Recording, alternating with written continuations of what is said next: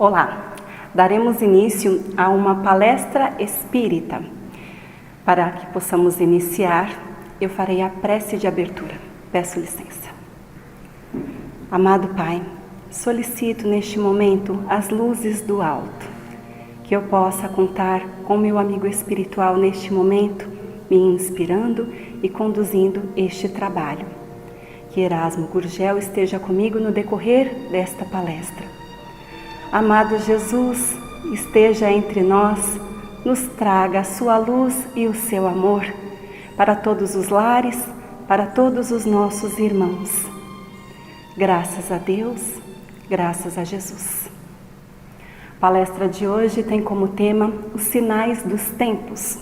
Para que possamos iniciar o nosso estudo, nós contamos com o livro de Paulo Alves Godoy, Os 4 Sermões de Jesus, onde ele nos informa que no sermão profético, contido no Evangelho de Mateus, capítulo 24, versículos de 1 a 28, Jesus anuncia uma série de acontecimentos que seriam realizados, que aconteceriam nos séculos subsequentes, devido à recalcitrância dos homens, a necessidade que eles teriam de desenvolver-se e de aceitarem o objetivo principal da mensagem cristã, que seria a reforma moral e espiritual de toda a humanidade, com fundamento no princípio: amar a Deus sobre todas as coisas e ao próximo como a si mesmo.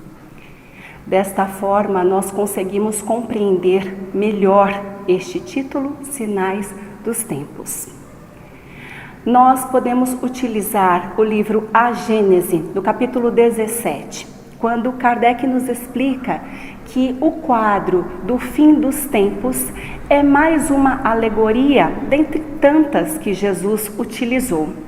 Ele precisava utilizar imagens que impressionavam os homens da época. E Jesus, então, precisava levar a estes homens as imagens para que pudesse chegar aos corações deles. Mas Jesus falava aos homens do povo, homens que eram menos esclarecidos e não tinham total compreensão de todas as coisas. Para chegar aos seus corações, ele deveria falar aos olhos através de sinais materiais e também aos seus ouvidos pelo vigor da linguagem. Desta maneira, Jesus então começou a esclarecê-los de forma que o poder supremo precisava se manifestar por fatos extraordinários ou sobrenaturais.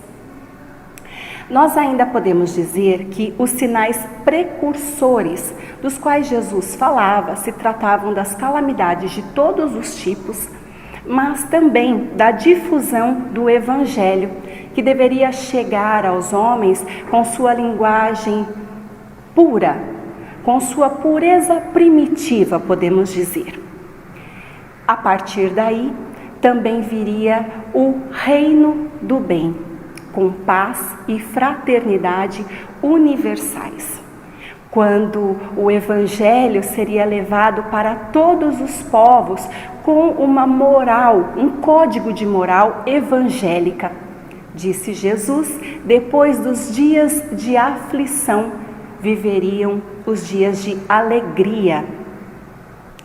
Ainda podemos dizer que tudo isso, como nós conseguiríamos perceber estes sinais?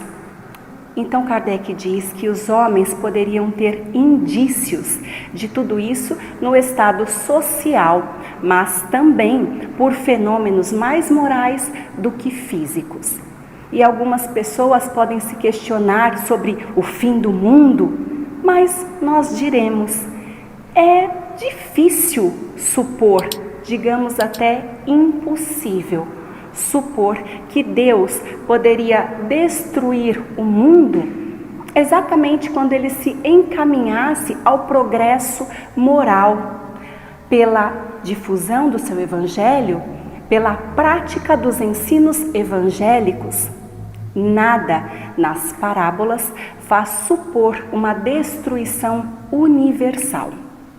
E nós ainda dizemos, quando o homem ele consegue ter acesso ao Evangelho, desta forma ele se encaminha ao seu progresso moral e, consequentemente, ele chega ao reino do bem. Desta maneira, nós conseguimos chegar no fim do velho mundo, que é governado por preconceitos de todos os tipos, por orgulho, por egoísmo, pelas más paixões, por tudo que leva à sua derrocada. E aí disse Jesus, quando o Evangelho for pregado para toda a terra, o fim chegará. No livro A Gênese, capítulo 18, Kardec explica que novos acontecimentos precisariam acontecer, grandes acontecimentos, para que a regeneração da humanidade pudesse surgir. Se nós todos precisamos passar por certos acontecimentos, é porque todos eles têm a sua razão de ser. Kardec ainda explica que a Terra está submetida à lei do progresso. Ela progride fisicamente pela transformação dos elementos que a compõem e também se ela progride moralmente pela depuração dos espíritos que a povoam. São progressos concomitantes que devem acontecer de ambos os lados, porque a perfeição da habitação deve estar relacionada com a perfeição do seu habitante. Este progresso físico que acontece com a Terra é necessário para que ela sirva de morada a espíritos mais e mais aperfeiçoados. Também o progresso destes habitantes, destes espíritos, o progresso da humanidade vai acontecer pelo desenvolvimento da inteligência, o senso moral e também pelo abrandamento dos costumes. O progresso da humanidade, ela vai acontecer mediante o livre-arbítrio dos homens, mas também está submetido às leis. Portanto, nós podemos dizer que muitas vezes ele ocorre de forma parcial, porque vai atingir uma raça ou uma nação, e outras vezes é geral. O progresso da humanidade, como dissemos, está submetido às leis de Deus, que são perfeitas e imutáveis. Portanto, nós podemos afirmar que quando a Terra está madura para atingir um degrau, é o mesmo que dizer que os tempos marcados por Deus são chegados. Tudo que acontece no planeta e no universo passa pela supervisão de Deus. Tudo ocorre com perfeita harmonia. Deus vela pela execução de tudo que existe. Nós podemos nos lembrar que existem espíritos que povoam todo o espaço. Muitos destes espíritos são os ministros encarregados da execução dos seus desígnios. Eles agem com os detalhes que precisam acontecer para que desencadeiem-se todos os fenômenos. Desta maneira, nós dizemos que existe perfeição. Mas quando nós olhamos algumas coisas e nos deparamos com certos momentos que parecem aflitivos, de destruição, nós podemos pensar que existem perturbações. Se tratam apenas de movimentos isolados ou parciais, que para nós são irregulares por conta de nossa limitação da visão. Uma nova ordem de coisas precisaria acontecer. Mas nós precisamos nos lembrar que a humanidade, ela já alcançou inúmeros casos de progresso. Precisa agora fazer reinar a caridade e a fraternidade universal. A humanidade precisa evoluir intelectualmente, mas também precisa ter a elevação dos seus sentimentos, para que desta forma possa destruir tudo o que superexcite o orgulho e o egoísmo. Ainda existe a necessidade de que novas coisas aconteçam, para que os espíritos de uma nova geração, dotados de elementos mais depurados, encontrem ideias novas e sentimentos diferentes dos desta geração. Para isso, estas novas ideias surgem com luta de ideias. Tudo isso que causa perturbações, estes conflitos, até que o equilíbrio volte a se restabelecer. Desta luta de ideias é que surgirão os graves acontecimentos que foram anunciados. Ainda existe uma importante situação referida no livro A Gênese, dizendo que a matéria orgânica não poderia deixar de sofrer com estas perturbações. Quando as perturbações ocorrem, elas irão alterar o estado físico dos seres vivos. Desta forma, desencadeiam doenças que maltratam plantas, animais e os homens. Vejam, doenças, meus irmãos. Tudo explicado no livro A Gênese. As doenças que não deixam de ser calamidades, mas para a inteligência humana, elas agem como um estimulante para que o homem possa encontrar os meios de combatê-las, encontrar as doenças, as vacinas. E, desta maneira, eles também irão encontrar as leis da natureza. Nós ainda podemos afirmar que a humanidade passa por períodos de transformações, assim como a Terra deve se elevar na hierarquia dos mundos.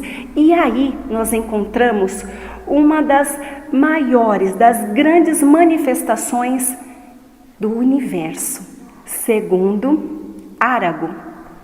Dr. Berry diz que todas as vezes que uma comoção acontece no mundo físico, isso também vai alterar o mundo espiritual, onde os espíritos tomam parte ativa de todas as coisas.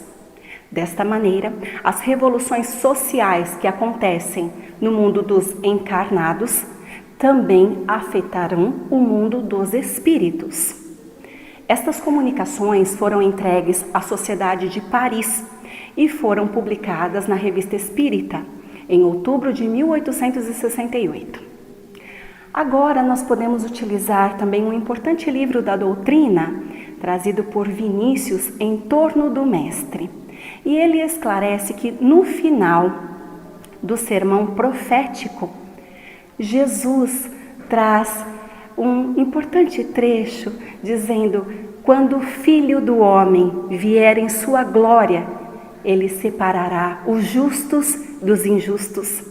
Assim como o pastor separou as ovelhas dos cabritos.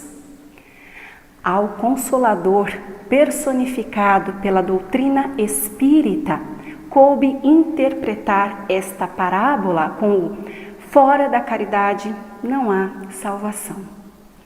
Ainda diz que este planeta onde estamos habitando, assim como o corpo onde está enclausurado o nosso espírito, ambos terão um fim. Aqueles que seguiram Jesus, os aptos, eles acudirão ao Mestre quando ele diz: vinde a mim, benditos de meu Pai, pois tive fome e me deste de comer, tive sede e me deste de beber, estive nu e me vestiu. Eles seguirão Jesus para terras de justiça, mas os reprovados, eles se apartar-se-ão de Jesus, se afastarão de Jesus. Eles que nunca auxiliaram nenhum dos seus irmãos, seguirão para mundos inferiores, que são compatíveis com suas más tendências e paixões, até que consigam vencer todos os seus vícios, todas as suas deliberações do mal, estes para que um dia possam se transformar em filhos de Deus. E é com isso tudo que nós pensamos que a grande dificuldade de seguir Jesus é porque nós devemos eliminar o egoísmo que existe em nós. Para eliminar este egoísmo, nós devemos fazer nascer o amor e, por que não dizer, fazer nascer a caridade, que é a sua manifestação mais forte na sua última essência. E é por isso que nós trazemos a reflexão de hoje. Acredito que esta palestra tem muito a ver com tudo que nós estamos vivendo. Quando nós tivermos que escolher o lado direito ou o lado esquerdo, quando nós tivermos que pensar se iremos seguir Jesus, se poderemos segui-lo, não vai importar qual a religião que nós seguimos durante toda a vida, o trabalho que executamos, a casa onde vivemos, nada disso. Mas nós deveremos pensar como vivemos. Será que nós seguimos o império do egoísmo ou o influxo do amor? Quais foram as suas ações até aqui, meu irmão? E podemos também nos lembrar que nós somos donos e podemos transformar o roteiro das nossas vidas todos os dias. Portanto, se você até aqui seguiu o império do egoísmo, você pode mudar tudo isso nos dias que tiver para vivenciar aqui na Terra. Seguindo o amor e espalhando o amor, nós não sabemos quantos precisarão de nós, não apenas com a caridade material, mas muito, muito com a caridade moral. Nós temos visto por todos os lados pessoas que estão muito carentes de afeto e pensamos o quanto o contato social faz diferença em nossas vidas. Pessoas que estavam habituadas a ver seus parentes e agora não podem ver ninguém. Mesmo distantes, nós podemos estar unidos em pensamento, na prece e desejarmos fortemente que esta mudança se instale em nossas vidas para transformar este mundo num mundo muito melhor. Eu agradeço a oportunidade que me foi dada e peço que neste momento todos estejam unidos comigo numa prece. Amado Senhor, que as pessoas compreendam, segundo me diz o amigo espiritual, a necessidade que temos dos bons pensamentos. Ao invés de pensarmos em doenças, estarmos fortemente unidos num propósito onde todos são sãos, de corpo, de pensamento, de alma. Todos como filhos de Deus, que somos amados e desejamos o melhor. Desejamos, sim, o pão de cada dia. Desejamos, sim, o Evangelho. Desejamos de paz, serenidade, discernimento. Ó Senhor, nos brinde com tudo isso, nos presenteie com esta oportunidade de seguirmos unidos com o seu amor, sabedores de que tudo acontece sob as suas vistas. O Senhor que está de posse de todas as ações necessárias para que possamos passar por tudo isso, mas sabendo que dias melhores virão os dias de alegria. Eu agradeço ao amigo Erasmo Gurgel pelo trabalho que foi realizado. Graças a Deus, graças a Jesus.